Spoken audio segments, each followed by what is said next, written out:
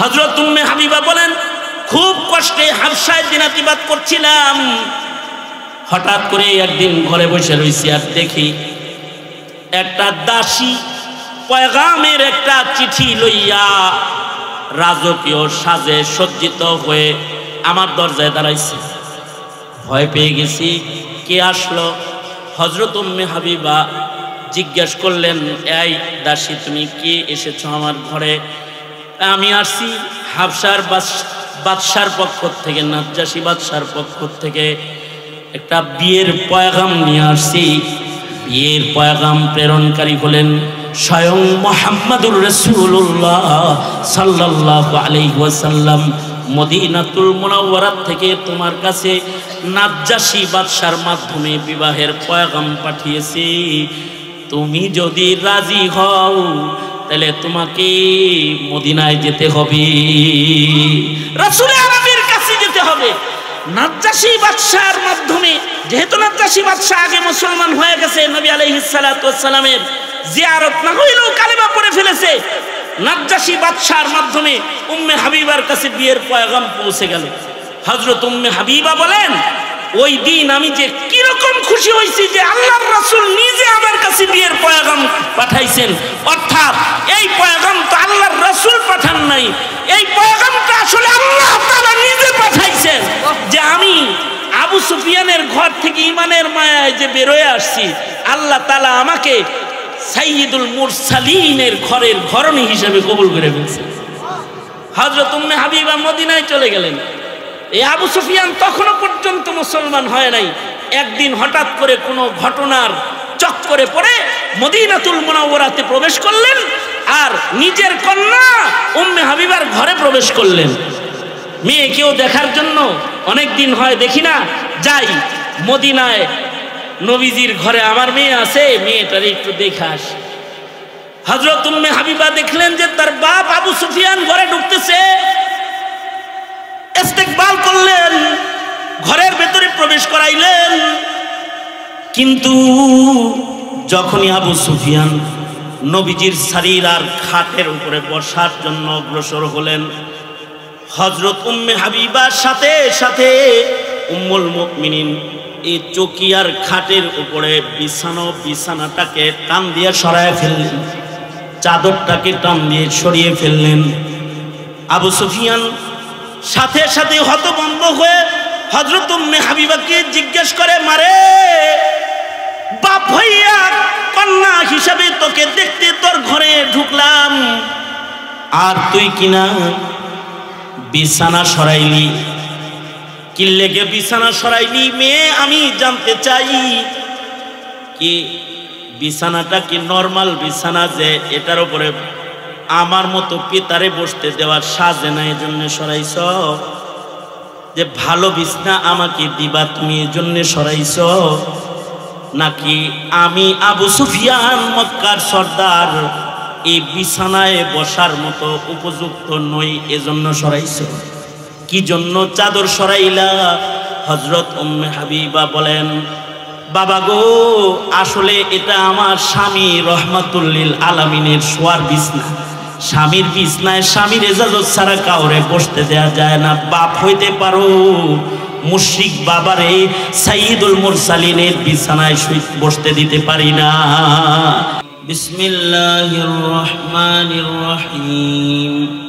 وعاشروهن بالمعروف وقال تعالى يا أيها الذين آمنوا اتقوا الله وقولوا قولا سديدا وقال النبي صلى الله عليه وسلم خياركم خير لأهله أنا خير لأهلي أو كما قال عليه الصلاة والسلام اللهم صل على محمد وعلى آل محمد كما صليت على إبراهيم وعلى آل إبراهيم إنك حميد مجيد اللهم بارك على محمد وعلى আলি মুহাম্মাদ কামা বারাকতা আলা ইব্রাহিম ওয়া আলা আলি ইব্রাহিম ইন্নাকা হামিদুম মাজিদ। মারকাজুল উলুম আন-নববী কেরানীগঞ্জ আয়োজিত মুহতি তৃতীয় বার্ষিক তাফসীরুল কুরআন মাহফিলের মুহতারাম সাদার, উপস্থিত হাজরাত, বুজুর্গ উলামায়ে কেরাম, সম্মুখপানে সমবেত দিন প্রিয়, ইসলাম প্রিয়, দিনদার ইমানদার মুমিন মুসলমান ভাইয়েরা, বুড়া বাবারা, যুবক ভাইয়েরা, পর্দার আড়ালের মা বোনেরা, বিশ্বজগতের মালিক, বিশ্ব প্রতিপালকের বিশ্ব দরবারে কালিমাতুর শকর যে মহান রব্বুল আলামিন অত্যন্ত দয়া করে, মায়া করে, ভালোবেসে রহমতি বরকতি জান্নাতের টুকরা বাগানে উম্মতের ওলামায়ে দ্বীনদের সোহবতে মুবারক এক মাহফিলে আল্লাহ তাআলা আসার বসার তৌফিক দান করেছেন। এই জন্য মালিকের দরবারে কালিমাতুর শকর পড়ি, শুকরিয়া আদায় করি, জবান খুলে ভক্তি ভরে সমস্বরে আওয়াজ করে মুহাব্বতের সাথে বলি আলহামদুলিল্লাহ। মাহফিল তো অনেক গুরুত্বপূর্ণ মাহফিল এবং মহারথীদের মজমা ঘটেছে মোবারক এই মাহফিলে। আমি ভাবলাম সালাতুল ইশা শেষ হয়েছে, যেহেতু স্টেজ ফাঁকা ফাঁকা আছে, আর এইটার চাইতে ওইটা গুরুত্বপূর্ণ মেহমান, এরকম মাহফিল, ওনার চাইতে ওনার আলোচনা আরও বেশি গুরুত্বপূর্ণ, এরকম একটা মাহফিল। এই বড়দের মজলিসে দেরি না করে খালি জায়গাটায় আগে আগে কাচি ফেলে দিই, ওই এরাদায় সোজা এখানে চলে আসলাম।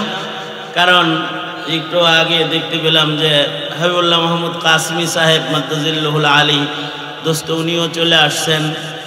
তারপরে মজলুম আলমীদ্দিন, কারা নির্যাতিত আরেকজন আলমীদ্দিন সাখাওয়াত রাজি সাহেব, মুফতি সাখাওয়াত হোসেন রাজি দামাত বরকাতুহুম, তিনি খাবার খাচ্ছেন, খেয়েছেন, বিশ্রামে আছেন। আর আমাদের সবার মুরব্বী, ওয়াইজদের সভাপতি হজরতুল আল্লামা আব্দুল বাসেত খান দামাত বরকাতুহুম, তিনি তো মাশাআল্লাহ বড় ভাই তো চলে আইছেন আসরের নামাজের পরপরই, উনি মাহফিলটাকে পাহারাদারি করতেছেন। এই বড়দের মজলিসে আমি কোনো দেরি না করে সোজা আপনাদের এখানে চলে আসছি। কি হাবিবুল্লাহ মাহমুদ কাসমি সব আয়া পড়ছে, দোস্ত তাহলে এ নেই বয়া পড়ে, চাঁদের মতো চেহারাটা পিছনে থাকলে সমস্যা না।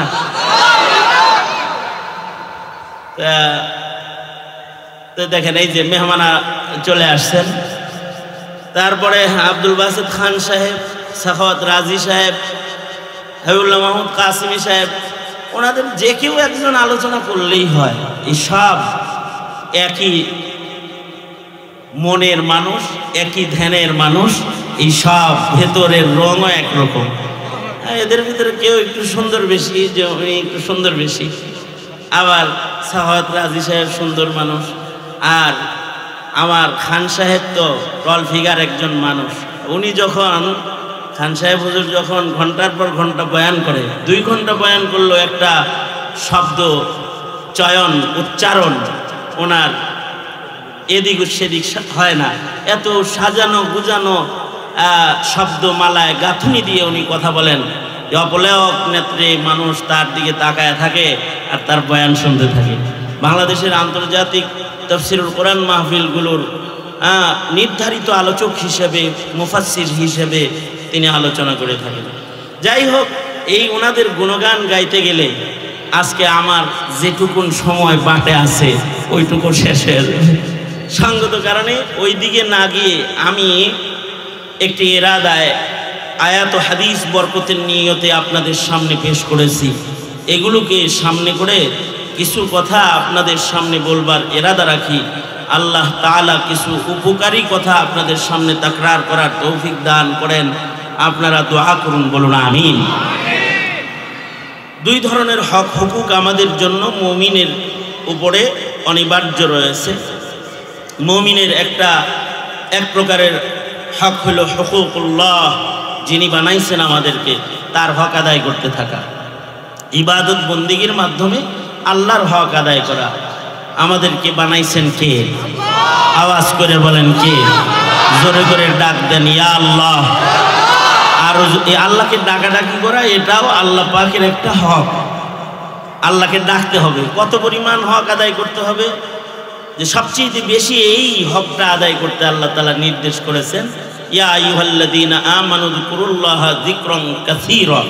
কোন ইবাদত এইভাবে বেশি বেশি করে করতে বলেন না। এই ডাকাডাকির হকটা আল্লাহর একটা গুরুত্বপূর্ণ হক, এটা বেশি বেশি ডাকতে বলছেন। চান্স পাইছেন মাহফিলে, সবাই মিলে জোরে করে ডাক দেন ইয়া আল্লাহ। আর জোরে বলেন ইয়া আল্লাহ, জোরে বলেন সুবহানাল্লাহ। আল্লাহর নামের তসবিহ জপা এটা আল্লাহ পাকের হক। বান্দা তসবিহ জপলো তো আল্লাহর হক আদায় করলো। বলুন সুবহানাল্লাহ, আলহামদুলিল্লাহ, লা ইলাহা ইল্লাল্লাহ, আল্লাহু আকবার, আল্লাহু আকবার, আল্লাহু আকবার। আল্লাহ পাকের হুকুকগুলো আদায় করা এটা ইমানদারের এক নাম্বার কাজ, যে সে তার ইমানি জীবনে তার স্রষ্টার হক আদায় করতে থাকবে, যিনি তাকে হায়াতের দৌলত দান করেছেন, দেখার জন্য চোখ দান করেছেন, কথার জন্য জবান দান করেছেন, চলাফেরার জন্য তাকে পা দান করেছেন, তাকে আল্লাহ তাআলা সুন্দর দেহ গঠন দান করেছেন, তাকে সুসজ্জিত করে সাজিয়েছেন, পৃথিবীর শ্রেষ্ঠ মাখলুকাতের শ্রেষ্ঠত্বের আসনে আল্লাহ তাআলা তাকে বসাইছেন। এর শুকরিয়া আদায় করে সে রবের হকগুলো হায়াতে আদায় করতে থাকে। আল্লাহর হক যেমন বান্দার আদায় করতে হয়, একটা মুমিন ইমানের পাশাপাশি যেমন হুকুকুল্লাহ আদায় করতে হয়, তেমন দুনিয়ার জমিনে মুমিন অবস্থানরত হালতে হুকুকুল্লাহর পাশাপাশি জমিনের উপরে প্রতিটা মুমিনকে হুকুকুল ইবাদ আদায় করতে হয়, বান্দার হক আদায় করতে হয়। বান্দার হক আদায়কারী মুমিনের উপরে আল্লাহ তাআলা খুশি হয়। বান্দার হক যারা আদায় করে না তাদের উপরে আল্লাহ গুসা হয়। কারোর দ্বারাই যদি বান্দার হক নষ্ট হয় তো আল্লাহ এত গুসা হয়, ময়দানে মাহশরেও আল্লাহ তাআলা দুই বান্দাকে মুখোমুখি করে বলবে, তুমি তার হক নষ্ট করেছিলা, তার কাছ থেকে মাপ না নিলে আমি আমার জান্নাত তোমার জন্য খুলব না। হুকুকুল ইবাদেরও মহা গুরুত্ব রয়েছে। হুকুকুল ইবাদ বান্দার হক, বান্দার যে সকল হক মুআশারাতি হকগুলো রয়েছে তার ভেতরে গুরুত্বপূর্ণ মুআশারাতি জিন্দেগির হুকুক হলো পারিবারিকভাবে গুরুত্বপূর্ণ হক হুকুক আদায় করে শৃঙ্খলার জীবন গঠন করার জন্য মেহনত করা। হুকুকুল ইবাদের ভেতরে সবচেয়ে গুরুত্বপূর্ণ হক হলো মা বাবার হক আদায় করা। যাদের কারণে, যাদের মাধ্যমে দুনিয়াতে আসছে তাদের হক আদায় করতে থাকা, এবং এদের হক এত সুন্দরভাবে আদায় করবে বান্দা যে তাদের হক আদায় করে যেন এদের কাছ থেকে এমন একটা দোয়া নিয়ে নিতে পারে যেই দোয়াটা তার নাজাতের জন্য কারণ হয়ে যাবে, জান্নাতের জন্য কারণ হয়ে যাবে, দুনিয়া আখিরাতের কল্যাণের জন্য কারণ হয়ে যাবে। এইভাবে হক আদায় করবে। কখনো কখনো বান্দার জন্য আল্লাহ তাআলা নিজের হক ছেড়ে দেন, কখনো কখনো বান্দার জন্য নবী আলাইহিস সালাতু ওয়াস সালাম নিজেও তার হককে ছেড়ে দেন। যেমন প্রতিটা বান্দার জন্য এক নাম্বার আমল সময় মতো সে নামাজ আদায় করবে, কিছু কাজে দেরি করতে নাই। আল্লাহর রাসূল কিছু কিছু কাজে দেরি করতে মানা করেছেন। তার ভেতরে যে সকল কাজে আল্লাহর রাসূল দেরি করতে মানা করেছেন তার ভেতরে একটা কাজ হলো মুমিনের জন্য যখনই নামাজের ওয়াক্ত চলে আসবে দুনিয়ার সব কাজ বাদ দিয়ে সে আল্লাহর হক আদায় করবে, নামাজ আগে পড়বে। আল্লাহর রাসূল বলেন, ওয়াক্ত আইসা গেলে দেরি করবে না, তাড়াতাড়ি নামাজ পড়ে ফেলবে। কিন্তু হুকুকুল ইবাদের মাসআলায় যদি কেউ আটকে যায়, তখন আল্লাহ তাআলা বিধান করে দিয়েছেন যে আগে আমার বান্দার হকটা আদায় করে ল, পড়ে আইস। এজন্য যদি আমার হক আদায় করতে তোর কোনো দেরি হয়, এর জন্য তোরে ধরবো না, কারণ তুই আমার বান্দার পাশে ছিলি। তাই আমি আল্লাহ তোর জন্য আমার হকটা দেরি করার অপরাধ মাফ করে দিলাম। হাদিস এমনই প্রমাণ করে। যেমন জামাতের নামাজ ধরতে পারতেছে না, জামাতে নামাজ পড়া একটা মুমিনের জন্য ওয়াজিব, আল্লাহ পাকের হক যে নামাজ জামাতের সাথে যায় পড়বে। কিন্তু যদি কারোর ঘরে কোনো বান্দা অসুস্থ হয়, ছেলেটা অসুস্থ, জামাতে নামাজ পড়তে গেলে এবার ছেলের মুমূর্ষ অবস্থা বেশি খারাপ হয়ে যাবে, শারীরিক হালাতের অবনতি বেশি ঘটবে। জামাতে নামাজ পড়ার চাইতে সন্তানের হক আদায় করে তার চিকিৎসার ব্যবস্থা করা আল্লাহ তাআলার কাছে প্রিয়। বিবি ঘরের ভিতরে ঝামেলায় পড়ে গেছে, এখন যদি নামাজে যাইতে চায় জামাতে নামাজ পড়তে, তাহলে তার বিবির ইজ্জতের নিরাপত্তার অভাব হয়ে যাবে। এমন জায়গায় তার বিবি অবস্থান করতেছে, এমন সময় আল্লাহর হককে ছেড়ে দিয়েও বিবির নিরাপত্তার কাজে স্বামী ঘরে নামাজ পড়া তখন তার জন্য বরঞ্চ ওয়াজিব হয়ে যায়। জামাতের ওয়াজিব ছেড়ে দেওয়া তার জন্য বিধানে পরিণত হয়ে যায়। বৃদ্ধা মা বাবা পেশাব পায়খানা করে দিয়েছে, এই মুহূর্তে বুড়া মা বাবার পেশাব পায়খানা পরিষ্কার করতে গেলে জামাতে নামাজ পড়তে পারবে না। ফকিহকে জিজ্ঞাসা করলে ফকিহ বলবে, ঠিক আছে, তুমি আল্লাহর হকটা আদায়ের জন্য তো আরো সময় আছে, জামাত নয় ছুটেই গেল, তারপরও মায়ের খেদমতটা এটাও তো ওয়াজিব, এইটা আগে আদায় করে না। কখনো কখনো বান্দার হকের গুরুত্ব এত বেড়ে যায় যে আল্লাহ তাআলা বান্দার জন্য নিজের হককে ছেড়ে দেয়। যেমন আল্লাহর রাসূলের একটা হক হলো,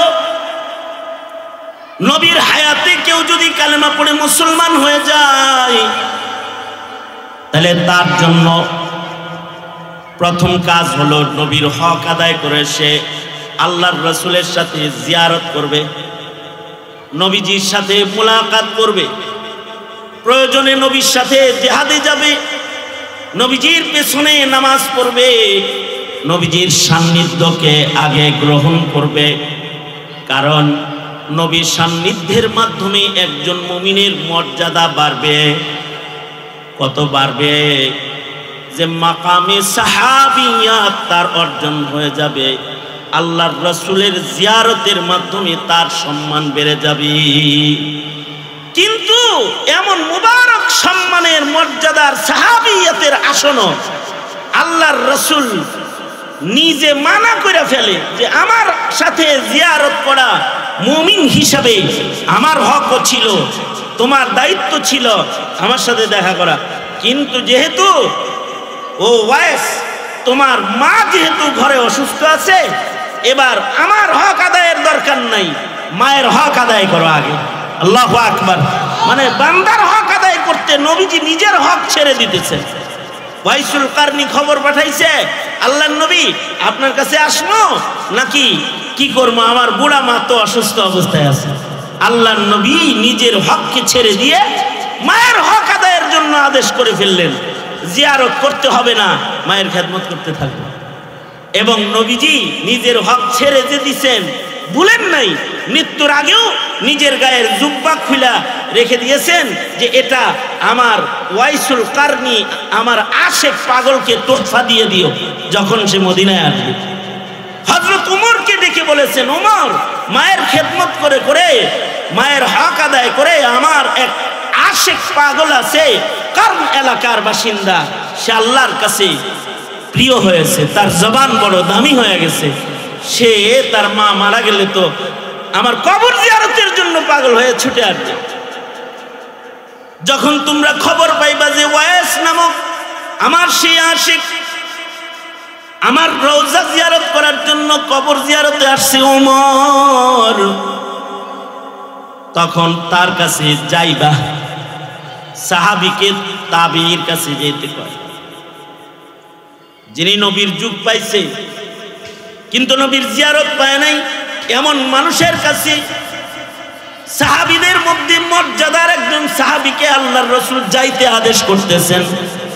হযরত ওমরের শান তো আলাদা শান, এই শানওয়ালা একজন নবীর খলিফাকে, মুসলিম জাহানের দ্বিতীয় খলিফা হযরত ওমর, তাকে আল্লাহর রাসূল বলছেন ওয়াইস আসলে তার কাছ থেকে দোয়া নিবা। অথচ ওমরের মাকাম হলো লাউ কানা বাদি নবিয়্যুন লাকানা ওমর। নবীজি বলেন আমার পরে কাউকে আল্লাহ তাআলা নবুয়ত দিলে ওমরকে আল্লাহ তাআলা নবুয়ত দান করতেন। এত বড় মাকাম, তাকে দোয়া নিতে কইতেছেন। কার? বান্দার হক আদায় করে আল্লাহর কাছে মকবুল হয়েছে। তার আল্লাহর একটা পেয়ারা দাসীর হক আদায় করেছে খিদমতের মাধ্যমে, মায়ের সেবা করেছে, সেবা করে হক আদায় করে ফেলেছে।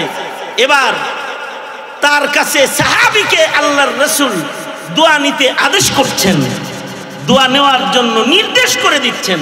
হকুল ইবাদ শরীয়তে ইসলামের কোন জায়গায় দাঁড়িয়ে আছে? এ কারণে পারস্পরিক হকের ভেতরে সবচেয়ে গুরুত্বপূর্ণ হক হলো মা বাবার হক। কারণ মা বাবার মাধ্যমেই পৃথিবীর সব মানুষ এই দুনিয়ার আলো বাতাস দেখে। মা বাবার হকের পরপরই যেই হকটা গুরুত্বপূর্ণ হক, সেটা হলো স্বামী স্ত্রীর মাঝখানের হক, হুকুকুজ জাওজাইন। দুইজনের যে আল্লাহ জোড়া বানাইছে, এদেরও কিছু হক হুকুক আছে, স্বামী স্ত্রীর কিছু হক আছে। মা আর সন্তানের মাঝে, পিতা আর সন্তানের মাঝখানে যেমন হক হুকুক আছে, স্বামী স্ত্রী অটো কোনো বন্ধন নয় যে এটা খালি কাজী অফিসে যায় সিগনেচার দিলেই বন্ধন হয়ে যায়। এই বন্ধনের বহু হক হুকুক আছে, সেইগুলোকে আদায়ের মাধ্যমে রবের প্রিয় গোলাম হওয়া যায়। এমন একটা বন্ধন হলো পৃথিবীতে স্বামী স্ত্রীর বন্ধন। এই বন্ধনের সময় যদি হয়ে যায়, তো হাদিসে আছে আল্লাহর রাসূল বলেন তোমাদের কোনো কন্যা যদি বালেগা হয়ে যায়, তাকে পাত্রস্থ করতে দেরি করো না, তাড়াহুড়া করো, তাদেরকে বন্ধন জুড়ে দাও।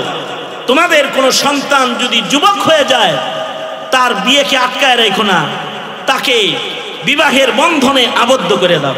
কারণ বিয়ের মাধ্যমে ঈমান কামিল হবে, বিয়ের মাধ্যমে একজন মুমিনের চারিত্রিক সৌন্দর্য আসবে, চারিত্রিক হেফাজত বিয়ের মাধ্যমে হবে। যত তাড়াতাড়ি বিয়ে করবে, এই যুবকরা তোর পক্ষে কইতেছি, যত তাড়াতাড়ি বিয়ে করবে তত তাড়াতাড়ি চোখের হেফাজত হবে, যত তাড়াতাড়ি বিবাহ করবে তত তাড়াতাড়ি তার চারিত্রিক হেফাজত হবে। আর যদি ছলে বলে কলে কৌশলে বিবাহের এই গুরুত্বপূর্ণ আমল এটাকে যদি বাহানায় বাহানায় পিছাইতে থাকে, তো ওই যুবক যুবতীরাই গুনাহের রাজ্যের দিকে ধীরে ধীরে অগ্রসর হইতে থাকে। কারণ নারী ও পুরুষকে আল্লাহ তাআলা জৈবিক আকর্ষণ দান করেছেন, এইটাকে পূরণ করার জন্য আল্লাহ তাআলা হালাল ইবাদতের মুআমালাতি মুআশারাতি বন্ধন, আল্লাহ তাআলা বিবাহের বন্ধনকে ইবাদত হিসেবে মুমিন বান্দা বান্দিকে দান করেছেন। এ কারণে কিন্তু বিয়েতে খুতবা দেওয়া হয়। জুমার নামাজ পড়ছেন, আজকে খুতবা দেওয়া হয়েছে। ঈদের নামাজ পড়বেন, খুতবা দিতে হয়। কিছু কিছু ইবাদতের সাথে খুতবাকে আল্লাহর রাসূল যুক্ত করেছেন। মুআশারাতির হক হুকুকের ভেতরে বৈবাহিক জীবনকে শুরু করার আগে আল্লাহর রাসূল খুতবাকে সুন্নত করেছেন। যখন একটা যুবতী আর একটা যুবককে মিলায়া বিবাহের বন্ধনে আটকায় দেয়া হয়, তখন সুন্নত হলো যিনি বিয়ে পড়ায় তিনি নবীর অনুকরণ করে একটা খুতবা দেয়। তার মানে হলো এখন যে জীবনটা নতুন করে তার শুরু হইতেছে, এই জীবনের নজর করাটাও ইবাদত। এই জীবনে কানে কথা শুনতেছে, বিবির আলাপ শুনতেছে, তাও ইবাদত। বইয়ের লগে মুখ দিয়া কথা বলতেছি, তাও হবে ইবাদত। বিবির দিকে নজর করে তাকিয়ে আছে, তাও হবে ইবাদত। রাতের গভীরে জৈবিক চাহিদা পূরণ করেছে, এটাও হয়ে যাবে ইবাদত। সন্তান জন্ম হয়েছে, গর্ভের সন্তান পিতামাতা দুইজনে মিলে লালন পালন করবে, এটাও হবে আল্লাহর কাছে পছন্দের ইবাদত। একটা ইবাদতের গুরুত্বপূর্ণ অধ্যায় তার জীবনে শুরু হইতেছে। আল্লাহর রাসূল সাল্লাল্লাহু আলাইহি ওয়াসাল্লাম বৈবাহিক জীবনের অংশ, বৈবাহিক জীবনের গুরুত্ব বুঝাইবার জন্যে আল্লাহর রাসূল বিয়ের মজলিসে খুতবা দেওয়াকে সুন্নত করেছেন। বিয়ে যেমন সুন্নত, বিয়ে তো নবীর সুন্নত, বিয়ের খুতবাটাও সুন্নত। হ্যাঁ, যদি দুইজন সাক্ষীর উপস্থিতিতে ইজাব কবুল হয়ে যায় তাতে বিয়ে হয়ে যাবে ঠিক, কিন্তু খুতবা না হইলে সুন্নত বর্জনের গুনাহ হবে, সুন্নত থেকে বঞ্চিত হয়ে গেল। হ্যাঁ, দুইজন সাক্ষীর উপস্থিতিতে একজন পুরুষ আর একজন মহিলার ভেতরে যদি ইজাব কবুল সংগঠিত হয়ে যায় খুতবা ছাড়াও বিয়ে হয়ে যাবে, কিন্তু খুতবার মাধ্যমে বৈবাহিক ইবাদত জীবনের সুন্নত তরিকার স্টার্টিং হবে। এ কারণে আল্লাহর রাসূল নিজে বিয়ের খুতবা প্রদান করেছেন, খুতবার মাধ্যমে বিয়ের কার্য সম্পাদন করেছেন। তার মানে হলো বৈবাহিক জীবন পুরাটাই ইবাদতের জীবন, স্বামী স্ত্রীর জীবন পুরাটাই ইবাদতের জীবন। বেচালার জীবন গুনাহের জীবন নিয়ে, কিন্তু বৈবাহিক জীবন ইবাদতের জীবন। এ কারণে কেউ যদি যুবক হয়, যুবতী হয়, তাদেরকে তাড়াতাড়ি পাত্রস্থ করে বৈবাহিক বন্ধনে আবদ্ধ করে দেয়া অভিভাবকদের জন্য আল্লাহর রাসূলের নির্দেশনা আল্লাহর রাসূল উম্মতের মাঝে রেখে গেছেন।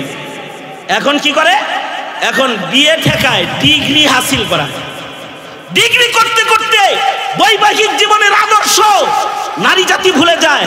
ডিগ্রি হাসিল করতে করতে ভিন্ন নারীদের সাথে আলাপ করতে করতে করতে করতে তাদের সাথে চলতে চলতে ডিগ্রি অনেকগুলো হাসিল করে, কিন্তু চারিত্রিক অবক্ষয়ের মালা গলায় লয়ে ঘুরে বেড়ায়।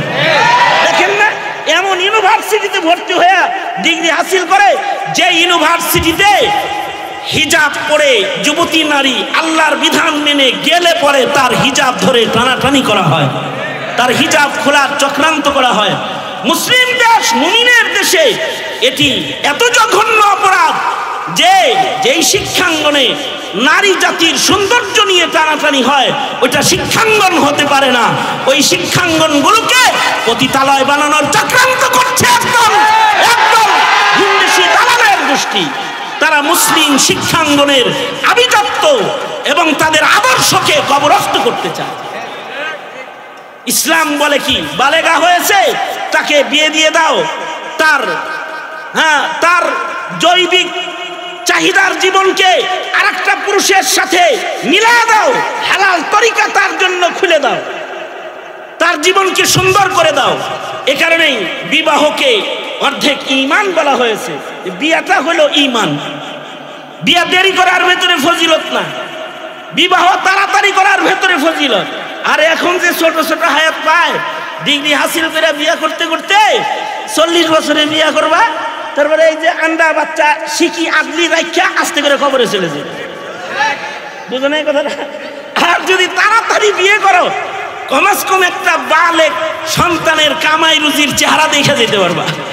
কারণ মানুষের হায়াত এখন খুব বেশি না, মানুষের হায়াত এখন ছোট, মানুষের হায়াত ছোট, কিন্তু বৈবাহিক জীবন যত দেরিতে শুরু হবে ছোট্ট হায়াতে গুনাহের রাজ্য তত প্রতিষ্ঠিত হবে এবং প্রসারিত হইতে থাকবে। এ কারণে আল্লাহর রাসূলের নির্দেশনা হলো বিয়ের সময় হলে তাড়াতাড়ি বিয়ে শাদী সম্পাদন করে ফেলাও। এর মাধ্যমে চারিত্রিক হিফাজত হবে, একটা যুবকের চরিত্র সুন্দর হবে, একটা যুবতীর চরিত্র সুন্দর হয়ে যাবে। আশ্চর্য বিধিবিধান বিবাহের ভেতরে আল্লাহ তাআলা রেখেছেন যে স্বামী বিবির হক আদায় করবে আর বিবি তার স্বামীর হক আদায় করবে। হক হুকুক আদায়ের মাধ্যমে তারা আল্লাহর হক আদায় করে আল্লাহর কাছে যেমন জান্নাতে থাকবে, স্বামী স্ত্রী যারা একে অপরের হক আদায়কারী হবে তারাও জান্নাতের ভেতরে একে অপরের কাছে থাকবে। একটি মুআশারাতি জীবন শুরু হয়েছে জান্নাতের ভেতরে, একটা বন্ধনের স্টার্টিং হলো জান্নাতে। সেটা হলো স্বামী স্ত্রীর বন্ধন। আদম আলাইহিস সালাতু ওয়াস সালামকে বানায় আল্লাহ তাআলা হযরত হাওয়াকে বানায় স্বামী স্ত্রীর বন্ধনের বুনিয়াদ আল্লাহর জান্নাতে করেছেন।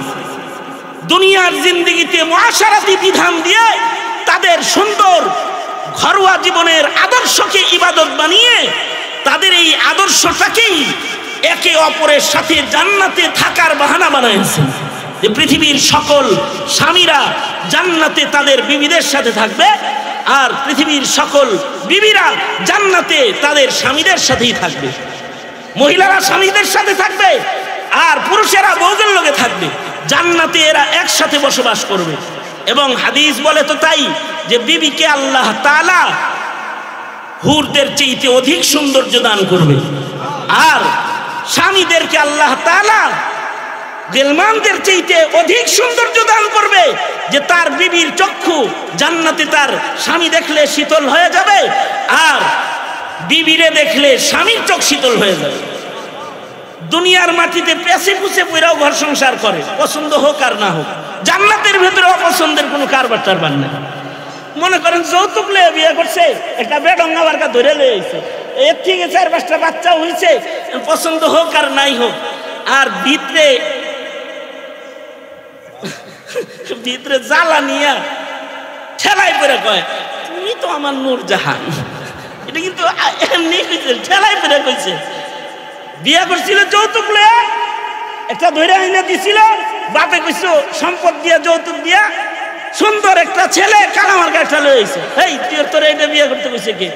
তুই একটু দেখে শুনে বিয়া করতি, ভালো দেখে বিয়া করতি, যে তোর চক্ষু শীতল করবে করতি। তুই কালামার একটা বিয়া করছস যৌতুক আদায় করে।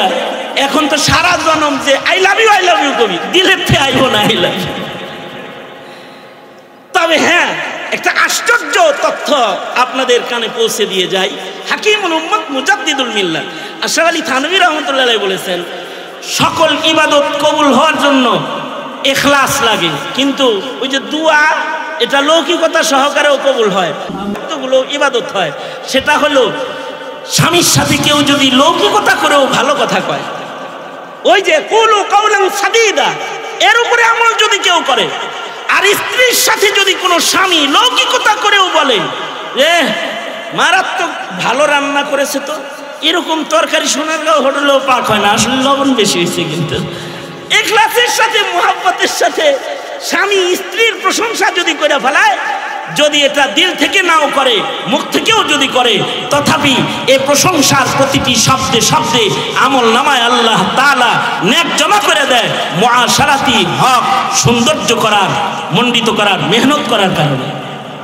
ওই যে পাম্পট্টি দিছে একটু ভালোবাসাটাকে একটু বাড়াইবার লেগে, এ কারণে এই পাম্পট্টির ভেতরে আল্লাহ তাআলা সব দান করেছে। আজব জগৎ বন্ধুর হক আদায় করে, বান্ধবীর হক আদায় করে, কিন্তু বিবির হক আদায় করে না। নিজের অফিসের মহিলাদের সাথে, মহিলা কর্মীদের সাথে হাসি মুখে কথা কয়, কিন্তু স্বামী হইয়া বিবির সাথে হাসি মুখে কথা বলা অনেকে জানে না। অনেক মহিলারা আছে তাদের কর্মজীবনে তারা ভিন্ন নারীদের সাথে, ভিন্ন পুরুষদের সাথে সুন্দর কথা কয়, কিন্তু স্বামীর সাথে সুন্দর কথা বলতে পারে না। অথচ স্বামী স্ত্রীর ভেতরে সুন্দর কিছু আলাপচারিতা, এর প্রতিটি শব্দে শব্দে আল্লাহ তাআলা নেক দান করে থাকেন। এই জন্য একটা স্বামীর কর্তব্য কথা বলতে, বিবির সাথে সুন্দর ভাষায় কথা বলবে। একটা বিবির কর্তব্য তার স্বামীকে কথার দ্বারাই সে খুশি করে দিবে, স্বামীকে খুশি করতে থাকবে। একটা নারী স্বামীরে খুশি করার জন্য কতটুকুন কুরবানি পেশ করলে আল্লাহ তাআলা রাজি হবে? সাহাবায়ে কেরামের জীবনীতে একটু ঢুকলে তাদের জিন্দেগির স্বামী সন্তুষ্টি বা স্বামী ভক্তির কিছু চিত্র একটু তাকায় দেখলে আন্দাজ করা যায়, বিশ্লেষণ মুশকিল। তবে এক সাহাবী বাইরে আছেন আর ঘরে তার বাচ্চা ছেলে সন্তান ইন্তেকাল করছে। মহিলা সাহাবী, সে তার স্বামীর কানে সন্তানের মৃত্যু সংবাদ হঠাৎ করে দিয়ে স্বামীকে বিব্রত করবে না, লিতাসকুনু ইলাইহা, ওই দিকে খেয়াল গেছে যে স্বামীরে একটু শান্তি দেওয়ার চেষ্টা করি। আর আমাদের দেশের বর্তমান অবস্থা কি? ঘরের ভেতরে যদি কোনো গন্ডগোল হয়, কোন দুর্ঘটনা ঘটে, তো ঘরে ঢুকা তো দূরের কথা, ঘরে ঢুকার আগেই কয় আই ওয়াইস কেন 12টা বাজে 13টা জুলামনি, জানো কি হয়েছে ঘরে? টেলিফোন করে আগেই আগুন ধরাই দিছে ওই পাশ থেকে। ওই বেচারা ঘরে ঢুকতেছে আর থরথর করে কাঁপতেছে। এইগুলো এখনকার জীবনের স্বামী স্ত্রীর মুআশারাতি কাজকাম। কিন্তু ওই সময় কি ছিল যে সাহাবী বাইরের থেকে কাজ করে আসছে আর তার সন্তানটা মারা গেছে, বিবি তার স্বামীকে একটু শান্তি দেওয়ার মেহনত করছে, সে তার সন্তানকে সাদা কাপড় দিয়ে ঢেকে রাখছে। সাহাবী ঘরে ঢুকলে সাহাবী নিজের বিবিকে জিজ্ঞেস করতেছে, এই বিবি, ছেলে কেমন আছে? আরামে ঘুমাইতেছে। ইন্তেকাল করছে এটা আর বলতেছে না, আরামে ঘুমাইতেছে। আপনি ওযু করেন, গোসল করেন, খান, খানা দানা খান, ফ্রেশ হন, খেদমত করতেছে। বাহির থেকে আসছে, সেবা যত্ন করছে, গোসল করছে, খাবার খাইছে, জৈবিক চাহিদা পূরণের ইচ্ছা এসেছে। বিবি কত ধৈর্যশীলা যে নিজের স্বামীকে ওই সময়ও জৈবিক চাহিদা পূরণের মৌকা করে দিয়েছে। ফরজ গোসল করার পরে শান্ত হয়ে যখন তার স্বামী বসছে, তখন বলতেছে, সারাদিন কাজ করতেছিলেন, পেরেশান হবেন না, একটা কথা বলি, তার আগে একটা কথা শোনেন, যে আপনার কাছে কেউ যদি কোনো মাল আমানত রাখে আর মালিকে যদি মাল লয়ে যায়, দুঃখ করা উচিত হবে? কয় না। তাইলে শোনেন স্বামী, আমাদের ঘরে আল্লাহ তাআলা আল্লাহর একটা মাল, একটা সন্তান, ছেলে আমাদেরকে আমানত দিছিলেন, আল্লাহ তাআলা ওইটা নিয়ে গেছেন, ওকে আমি চাদর দিয়ে ঢেকে শুইয়ে রেখে এসেছি। সাহাবী বলে, বিবির বক্তব্য শুনে সন্তান হারানোর বেদনায় হাউমাউ করে কাঁদতে মনে চায়, কিন্তু বিবির ধৈর্য আর তার মুআমালা তার স্বামীর সাথে দেখে আমি পাথর নিথর হয়ে গেছি। সাহাবী রাসূলের দরবারে গেছে তার বিবির এই আচরণ নবীজির কাছে প্রশংসা করে শোনানোর জন্য। আল্লাহর রাসূল সাহাবীকে দেখে বলে, তুমি বুঝি তোমার বিবির প্রশংসা কইতে এসেছো? তুমি বলার আগেই তো আল্লাহর পক্ষ থেকে হযরত জিবরাইল তোমার বিবির প্রশংসা, তোমার বিবির আচরণ সম্পর্কে আমাকে জানায়া দিয়ে গেছে। মুআশারাতি জীবন স্বামী স্ত্রীর কত সুন্দর। স্বামী খালি ঘর থেকে বের হওয়ার অপেক্ষায় থাকে, বিবিরা বের হইলেই আরেক দরজা দিয়া বউ বাইরে চলে যায়। একটু পার্কে যাবে, একটু ঘুরবে, অন্যদের সাথে একটু আলাপ করবে, বান্ধবীদের সাথে ঘুরবে। কারোর তো স্বামীর ঘরে বয়ফ্রেন্ডকে জায়গা দিয়ে দেয়। এই স্বামীর বিছানায় বয়ফ্রেন্ড তো দূরের কথা, স্বামীর বিছানায় ভিন্ন পুরুষ তো দূরের কথা। একটা মহিলার কাজই তো তার স্বামীর ঘরকে পাহারা দেওয়া এবং তার স্বামীর ঘরকে, আমানতকে দেখভাল করে রাখা। তার স্বামী যেটা পছন্দ করে সেটা করবে, যেটা অপছন্দ করে সেটা করবে না। এই এতটুকু নিয়ে তার যদি কোনো নারীর ভেতরে থাকে, এর গুণ যদি কেউ হাসিল করে, তাহলে এই নারীর জন্য আল্লাহর জান্নাতে ঢোকা সহজ হয়ে যায়। এখন তো স্বামীর ঘর পাহারা দিবে দূরের কথা, স্বামীর সম্পদ পাহারা দিবে দূরের কথা, স্বামী স্ত্রীদের চরিত্র নিয়ে চিন্তায় পড়ে যায় যখন স্বামীরা ঘরের বাইরে চলে যায়। এই যে অবাধ পর্দাবিহীন চলাফেরা, বেপরদিগি জিন্দেগিকে আপনায় নেওয়ার কারণে নারীর ইজ্জতের সংরক্ষণ, নারীর সম্ভ্রম সংরক্ষণ, এটার যে আদর্শিক গুণ পেছনের যুগের মুমিন নারীদের ছিল, এইটা এখন নাই। এটা এখন অনেক ক্ষতিগ্রস্ত হয়েছে। এখনকার পুরুষরা আমাদের কাছে তাবিজ চায়, হুজুর একটা তাবিজ দেওয়া যায় না, একটু পানি পড়া দেওয়া যায় না? কেন? আমার বিবি আমার লোকে মিষ্টি কথা কয় না, কিন্তু খালাতো বোন, খালাতো ভাই, মামাতো ভাই, বিয়াই, হ্যাগুলোকে খুব গল্প করে। এটা বাড়ানোর কোনো লাইন নেই, বাড়ানোর লাইন তো দিনদারি পরহেজগারি শরীয়তের বিধান, ওইগুলো তো শিক্ষা দেওয়া হয় নাই যে কার সাথে মোটা গলায় কথা বলতে হবে আর কার সাথে চিকন গলায় কথা বলতে হবে, কার সাথে দেখা দেওয়া জায়েজ আছে আর কার সাথে দেখা দেওয়া জায়েজ নাই। এই ধর্মীয় অনুশীলনকে তো যত সামান্য যা মুসলিম সমাজে ছিল এটাকেও শিক্ষা দীক্ষা থেকে বের করে দেওয়ার জন্য ললিত কলা, নাচ গান আর উলঙ্গপনাকে প্রতিষ্ঠিত করার চক্রান্ত এই মাটিতে চলছে। সামান্যতম শিক্ষা কেউ তো রাখবে না যার দ্বারা আদর্শ সংরক্ষণ হবে। অথচ আল্লাহর রাসূল সাহাবায়ে কেরামদেরকে কেমন তরবিয়ত দিয়েছিলেন। স্বামী ঘরের বাইরে গেল তো বিবি স্বামীর ঘর আমানতের হিফাজত করলো না, স্বামীর বিছানাকে সংরক্ষণ করলো না। কিন্তু আল্লাহর রাসূল আজব তালিম সাহাবীদেরকে দিয়েছেন। খোদ আমাদের মা উম্মুল মুমিনিন হযরত উম্মে হাবিবা রাদিয়াল্লাহু আনহা, একদিকে তিনি আবু সুফিয়ানের কন্যা, তখনও পর্যন্ত আবু সুফিয়ান কালেমা পড়ে মুসলমান হন নাই। মক্কায় সর্দার তিনি আবু সুফিয়ান। আরে আবু সুফিয়ান সর্দারের ঘরে আল্লাহ তাআলা সর্দারের ঘরে কালেমা দিয়ে দিছেন যে আবু সুফিয়ানের ঘরের সদস্য আবু সুফিয়ানের কন্যা হযরত উম্মে হাবিবা রাদিয়াল্লাহু আনহা কালেমা পড়া মক্কায় মুসলমান হয়ে গেছেন। শুধু তিনি মুসলমান হন নাই, ওনার স্বামীও মুসলমান হয়েছে। মক্কাতে অত্যাচার মুসলমানদের উপরে, স্বামী স্ত্রী দুইজনে মিলা রাজত্বের জিন্দেগি ছেড়ে ফকির জীবন গ্রহণ করে হাবশায় হিজরতের জমানা ছিল। তখন দুজন হিজরত করে হাবশায় চলে গেছে। নাজ্জাশী বাদশার ছত্র ছায়ায় মুসলমানরা হাবশায় তখন অবস্থান করত। হযরত উম্মে হাবিবা নিজের স্বামীকে নিয়ে হিজরত করে হাবশায় চলে গেছে। কিন্তু মানুষের জিন্দেগির রং হঠাৎ করে পাল্টায়। আল্লাহ তাআলা হঠাৎ করে হযরত উম্মে হাবিবার জিন্দেগিতে এক দুঃখের রং দান করলেন। সেটা হলো হযরত উম্মে হাবিবা স্বপ্নে দেখতেছেন যে ওনার স্বামীর চেহারা বিকৃতি হয়ে গেছে, পাল্টায় গেছে, স্বামীর চেহারা পাল্টায় গেছে। আগের যুগের ভালো মানুষদের কাছে স্বপ্নের কদর ছিল, তারা ভালো স্বপ্ন চিনতে পাইত। যেমন আজিজে মিসের আগাম স্বপ্নে দেখছে দুর্ভিক্ষ আইতেছে, নেককারদেরকে স্বপ্নের মাধ্যমে আগাম সংবাদ দেয়া হয়। হযরত উম্মে হাবিবা স্বপ্নে দেখলেন যে স্বামীর চেহারা পাল্টায় গেছে, চেহারা পরিবর্তন হয়ে গেছে। উনি ভাবলেন না জানি আমার স্বামী আবার ইমানদার থেকে অন্য ধর্মে ধর্মান্তরিত হয়ে যায়।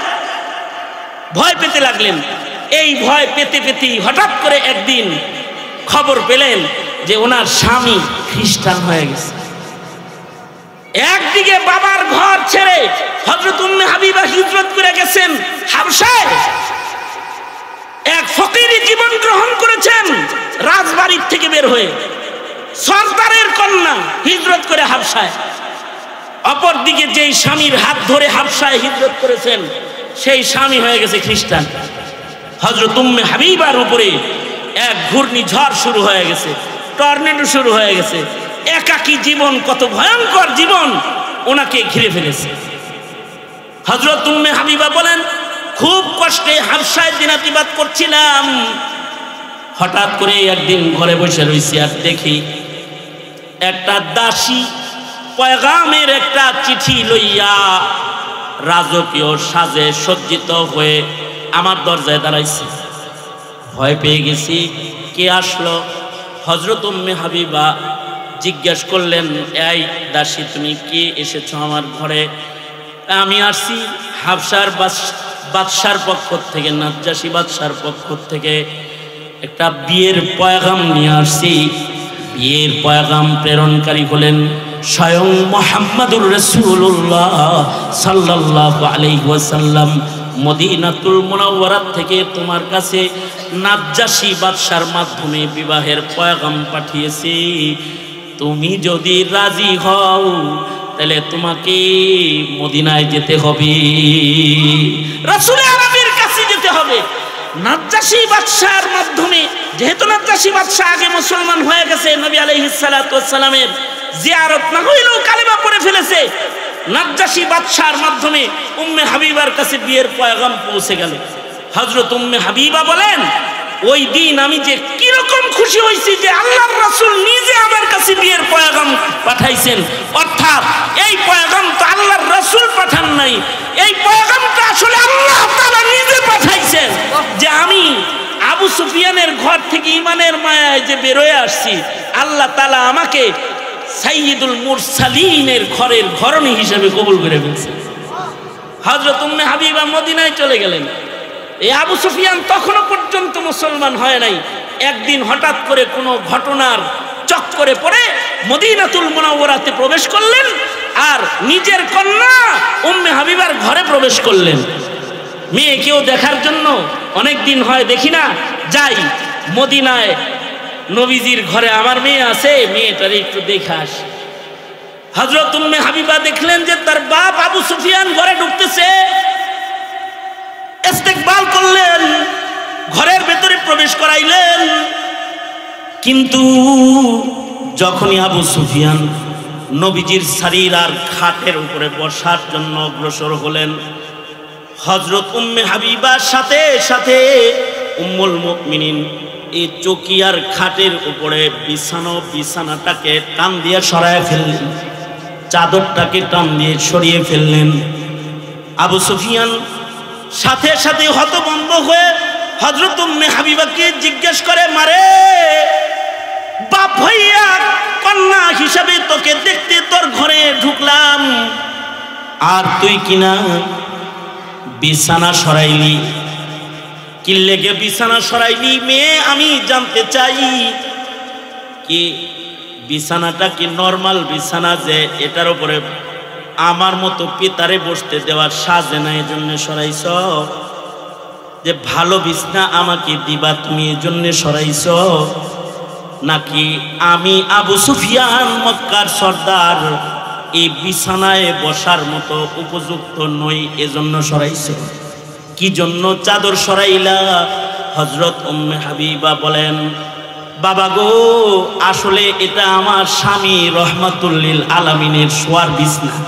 স্বামীর বিছনায় স্বামীর ইজাজত ছাড়া কাউরে বসতে দেয়া যায় না। বাপ হইতে পারো, মুশরিক বাবারে সাইয়্যিদুল মুরসালিনের বিছানায় বসতে দিতে পারি না। এটা আমার স্বামীর বিছানা, স্বামীর ঘরে তো তার ইজাজত ব্যতিরেকে কাউকে ঢোকানোই জায়েজ নাই। একটা নারী তার স্বামীকে এইভাবে কইরা হক আদায় করে ভালোবাসবে এবং তার সতীত্বকে রক্ষা করে সে মুআমালাতি সুন্দর জীবনকে ঘরের ভেতরে গঠন করবে। স্বামীরা এবার বউ পায়া বউরে কাজের বুয়া বানায় হালাই দিবে, তাই না? কারণ ভাড়া করে একটা কাজের বুয়াই তো আনছে, এরে দিয়া ঘরের যত কাজ আছে এইগুলা করাবে না। মনে রাখতে হবে, বাপ আর মাকে ছেড়ে দিয়ে কোন কন্যা স্বামীর ঘরে কাজের বুয়া হিসেবেও যায় না, বাবুর্চি হিসেবেও যায় না, তার জান্নাতি রাজ্যের রানী হওয়ার জন্য যায়। তার অধিকার আছে, তার অধিকার তাকে ফেরত দিতে হবে। তাকে আল্লাহ তাআলা ইজ্জতের একটা আসন দান করেছেন।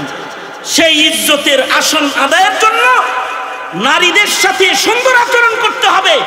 যেই পুরুষগুলো নারীদের সাথে, তাদের ঘরের মহিলাদের সাথে দুষ্ট শব্দ ব্যবহার করে, কুশব্দ ব্যবহার করে, কু আচরণ করে, তাদেরকে আল্লাহর রাসূল নিকৃষ্ট মানুষ বলছেন। আল্লাহর রাসূল বলছেন, তোমরা নিকৃষ্ট যারা নিজের ঘরের বিবিদের সাথে দুরাচরণ করে। আল্লাহর নির্দেশ হলো নারীদের সাথে ভালো আচরণ করো, ওয়া আশিরুহুন্না বিল মা'রুফ, তাদের সাথে মারুফ আচরণ করতে আল্লাহ নির্দেশ করেছেন। আর আল্লাহর রাসূল বলেন, খিয়ারুকুম খিয়ারুন লিআহলিহি, তোমাদের মধ্যে সে ভালো যে তার বিবির কাছে ভালো। আল্লাহর রাসূল বলেন, আমি রাসূল আমার বিবিদের কাছে ভালো। সুতরাং ঘরে ভালো হওয়ার জন্য মুআমালাত তাহলে কত সুন্দর হওয়া দরকার। আপনার বিবি যেন আপনার গুণগান গায়ে নেওয়ালা হয়। একটা নারী আর একটা পুরুষের মুআমালাতি সম্পর্ক, হক হুকুক এতই সুন্দর হবে যে একে অপরের প্রতি সন্তুষ্ট থাকবে, তো আল্লাহ তাআলা তাদের উপরে সন্তুষ্ট থাকবে। শুধু নামাজ ইবাদত বন্দেগী ইসলাম নয়, ইসলামের ভেতরে মুআমালাত মুআশারাত আছে, ওগুলো ইসলাম। ইবাদত করতে করতে 2 বছর ঘরের বাইরে, আরে ফকিহদের মাসআলা তো 4 মাসের বেশি সময় ঘরের বাইরে থাকতে হলে বিবির ইজাজত লাগবে। একজনে কয় হুজুর আইছি 3 বছর বিদেশ করে বাড়িতে আয়া দেখি যে বউ আর এক জায়গায় বিয়ে হয়ে গেছে। মাশাআল্লাহ মাশাআল্লাহ, বিয়ে হইব না থেকে তোমার ঘরে থাকবো? ফকিহ কয় 4 মাসের বেশি থাকতে পারবে না, আর তুমি গেছো 3 বছর। 3 বছর এই মহিলা তোমার লেগে বয়ে থাকবো কিসের লেগে? এ কারণে হযরত সিদ্দিক আকবরের যুগে আইন ছিল যে কাউকে আল্লাহর রাসূল সাল্লাল্লাহু আলাইহি ওয়াসাল্লামের খলিফা হযরত সিদ্দিক আকবর কোন সৈনিককে 4 মাসের বেশি যুদ্ধের ময়দানেও রাখতেন না। বিবির সাথে এত দূরত্ব পয়দা করে এই এত বড় বড় বাড়ি প্রাসাদ তোমাকে কে করতে বলেছে? অল্পে তুষ্ট হইতে পারো না? এক লোকমা খাইতে পারো না? স্বামী হয়ে বিবির হক আদায় করতে পারো না? হক নষ্ট করে নিজের বন্ধনকে টুকরা টুকরা করে তারপরে হুজুরের কাছে যাও তাবিজ আনার লেগে বউ পাগল করার। হ্যাঁ, এই ভণ্ডামি নষ্টামি বাদ দাও, নিজেদের ঘরের ভেতরে হক হুকুক আদায় করা শেখো। ইসলামের যে সকল হক হুকুকের বর্ণনা ঘরোয়া জীবনে রয়েছে সেগুলোকেও আপনায় নাও। সন্তানরা যখন দেখবে ঘরে সুন্দর পরিবেশ, এই সন্তানগুলা গাঁজাখোর হবে না, মদখোর হবে না, জেনাকার হবে না, রাস্তায় আড্ডা দেওয়ার হবে না। পিতামাতার সুন্দর আচরণ দেখে ওরা সুন্দর মানুষ হবে। মুহতারাম হাজিরিন, সুতরাং অল্প সময়ে অনেক কিছু বলা সম্ভব নয়, তবে মহারথীদের মজমায় আমি আমার সংক্ষিপ্ত কথায় হুকুকুল ইবাদের প্রতি যে ইঙ্গিতগুলো প্রদান করলাম, পুরুষরা বুঝা শুইনা ঘর সংসারের জীবন পরিচালনা করেন, আর যে নারীরা আওয়াজ শুনেছেন তারা তাদের ঘরোয়া জীবনের আদর্শকে গ্রহণ করেন। ইহুদিয়াত নাসরানিয়াতকে মুসলিম হিসেবে আলিঙ্গন করবেন না, দোহায় লাগে আপনার, আলিঙ্গন করবেন না। মুসলিম ও মুসলমানিত্বকে আলিঙ্গন করুন, গ্রহণ করুন। ঘরোয়া জীবন সুন্দর বানান, সামাজিক জীবন সুন্দর বানান, রাষ্ট্রীয় জীবন সুন্দর হয়ে যাবে ইনশাআল্লাহ। আল্লাহ তাআলা আমাদের সবাইকে আমাদের জিন্দেগি সৌন্দর্যমণ্ডিত করতে হার হার জায়গায় ইসলামের যে নির্দেশনা ও হুকুকগুলো রয়েছে ওগুলোর উপরে আমল করার তৌফিক আমাদের আল্লাহ তাআলা দান করেন। এতটুকু নসিহা আপনাদের সামনে রেখে আজকের মতো আলোচনা এখানেই শেষ করতেছি। হাবিবুল্লাহ মাহমুদ কাসিমি সাহেব হুজুর স্টেজে বসে রয়েছেন, আরো 2 জন বড় বিজ্ঞ আলেমে দ্বীন আমার জিগরি দোস্ত সাখাওয়াত ভাই করে ফেলছে। হ্যাঁ, ও সাখাওয়াত ভাই তো করেই ফেলছে। হাবিবুল্লাহ মাহমুদ কাসিমি সাহেব হুজুর বয়ান করবেন, এরপরেই আল্লামা আব্দুল বাসিত খান দামাত বরকাতুহুম গুরুত্বপূর্ণ নসিহত করবেন এবং আখিরি মুনাজাত করবেন। আমি আমার সংক্ষিপ্ত কথা এখানেই শেষ করতেছি। जो कुछ हुआ या रब तेरे करम से हुआ, जो कुछ होगा तेरे करम से ही होगा। व आखिरु दावाना अल्हम्दुलिल्लाहि रब्बिल आलमीन। अस्सलामु अलैकुम व रहमतुल्लाहि व बाराकातुहू। আলহামদুলিল্লাহ, হযরত অত্যন্ত গুরুত্বপূর্ণ আলোচনা পেশ করছিলেন। আল্লাহ তাআলা হযরতের হায়াতের মধ্যে বরকত দান করুন, সকল বলি আমিন। কেউ উঠাউটি না করি, আমাদের মাদ্রাসার হাফেজ ছাত্রদের এখন পাগড়ি দেওয়া হবে। এবছর আমাদের মারকাজুল উলুমান নববী কেরানীগঞ্জের হিজ বিভাগ থেকে 4 জন ছাত্র বিদায় নিবে।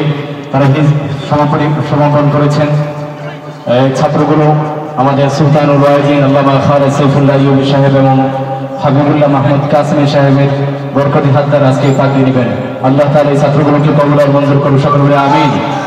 সম্মানিত উপস্থিতি, সময় এলাকাবাসী,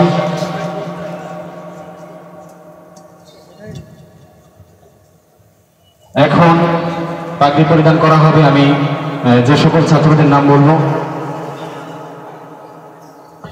আমাদের মাদ্রাসার প্রিন্সিপাল মুফতি ইয়াহিয়া বিন নজরুল হাফিজাহুল্লাহ, ওনার তত্ত্বাবধানে মাওলানা ইয়াকুব সাহেবের পরিচালনায় মাদ্রাসাটি দিন দিন এগিয়ে যাচ্ছে। আপনারা সকলে দোয়া করবেন। এই মাদ্রাসারই এতদিনের ফসল, প্রতি বছরই মাদ্রাসা থেকে হাফেজে কোরআন বের হচ্ছে। এটি কি আপনাদের এলাকার জন্য খুশির সংবাদ না? দরকার কি নাই? এই মাদ্রাসা দরকার আছে না নাই? আলহামদুলিল্লাহ, এই মাদ্রাসার পাশে থাকবেন। এখন তাদের পাগড়ি নেবেন হাফেজ মোহাম্মদ আব্দুল্লাহ আল বারি, পিতা মোহাম্মদ আলমগীর হোসেন, কেরানীগঞ্জ জেলা, ঢাকা। পাগড়ি নেবেন হাফেজ মোহাম্মদ তানভীর, হাফেজ মোহাম্মদ তানভীর, পিতা মনির হুসাইন, গ্রাম সুলতানপুর, থানা ব্রাহ্মণবাড়িয়া, জেলা ব্রাহ্মণবাড়িয়া। পাঠ নিয়ে নেবেন অত্র মাদ্রাসার হিফজ বিভাগের ছাত্র হাফেজ মোহাম্মদ সাব্বির হুসাইন, পিতা মোহাম্মদ বিল্লাল হুসাইন, থানা চান্দিনা, জেলা কুমিল্লা।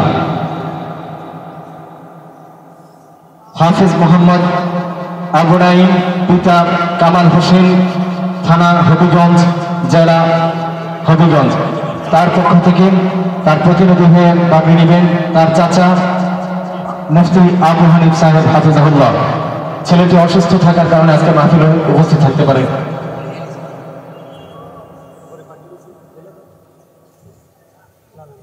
আলহামদুলিল্লাহ, আমাদের মাদ্রাসা থেকে আজকে এই 4 জন ছাত্র পাগড়ি নিয়েছে।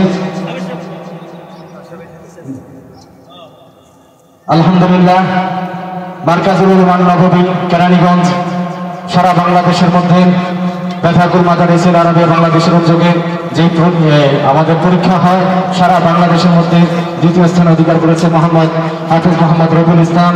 তাকে মাদ্রাসার পক্ষ থেকে সুলতানুল ওয়াইজিন আল্লামা খালেদ সাইফুল্লাহ সাহেবের হাত থেকে এখন পুরস্কার গ্রহণ করবেন। আলহামদুলিল্লাহ, আমরা বছরের শুরু থেকে একটা